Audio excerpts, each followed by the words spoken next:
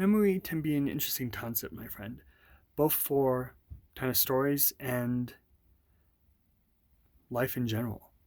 Because the thing with memory is that it does form an interesting story tool because you have the classic amnesiac story where someone is trying to figure out who they were beforehand, and you have that thing where a detective might have a picture perfect memory, so they solve the case because they remember every single detail they've seen.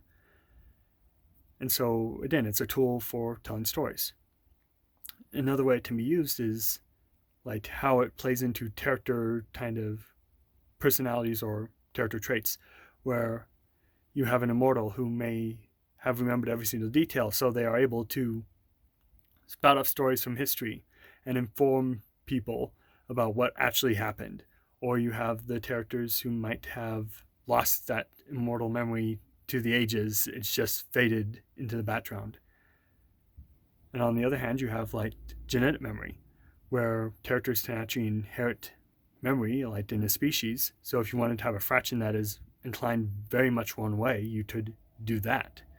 Just have them all have that inherited memory so they all think almost exactly the same way. They can break from it, but that's hard. But I think the key with memory is that it also affects our lives. Because, for example, with our memory, we can tell what good things we have done or what we have accomplished so that we aren't just constantly doubting ourselves. Remember that we have done good things. We can also remember when we've made mistakes so that when someone else makes a mistake, we might be more inclined to have mercy or forgiveness towards them. Another element is that with memory, we recall kind of how people have acted in the past, how they've treated us or treated others, or when they've kind of been inconsistent in their stories in a sense.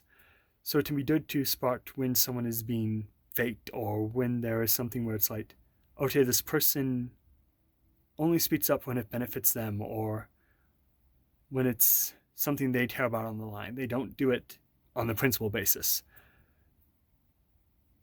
And it just tended to be kind of interesting to note kind of things like that. Or it's like there are things when they happen to other people that they cheer for, but when it happens to someone else on their side, they are very upset.